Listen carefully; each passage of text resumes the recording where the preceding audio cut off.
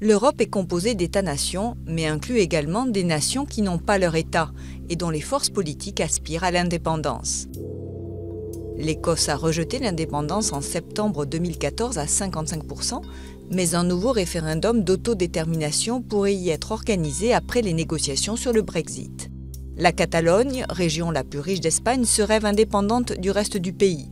Les indépendantistes y ont obtenu la majorité au Parlement régional en septembre 2015. Malgré l'interdiction de Madrid et l'avis défavorable de la Cour constitutionnelle, un référendum d'autodétermination a eu lieu le 1er octobre 2017. Selon le gouvernement séparatiste de Catalogne, le oui l'a emporté avec 90% des voix. En Italie, la Ligue du Nord, fondée en 1991, milite pour l'indépendance de la Padanie, région autour du Pô, constituée principalement de la Lombardie et de la Vénétie, prospères et industrielles. La Corse est la seule collectivité en France à disposer d'un statut particulier. Malgré cette autonomie, des partis nationalistes arrivés en tête des élections régionales en décembre 2015 aspirent à l'indépendance totale.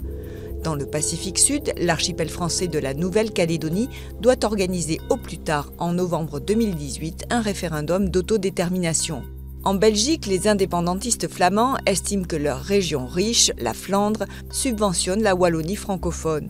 Ils demandent le remplacement de l'État fédéral belge par une confédération, un premier pas vers une indépendance.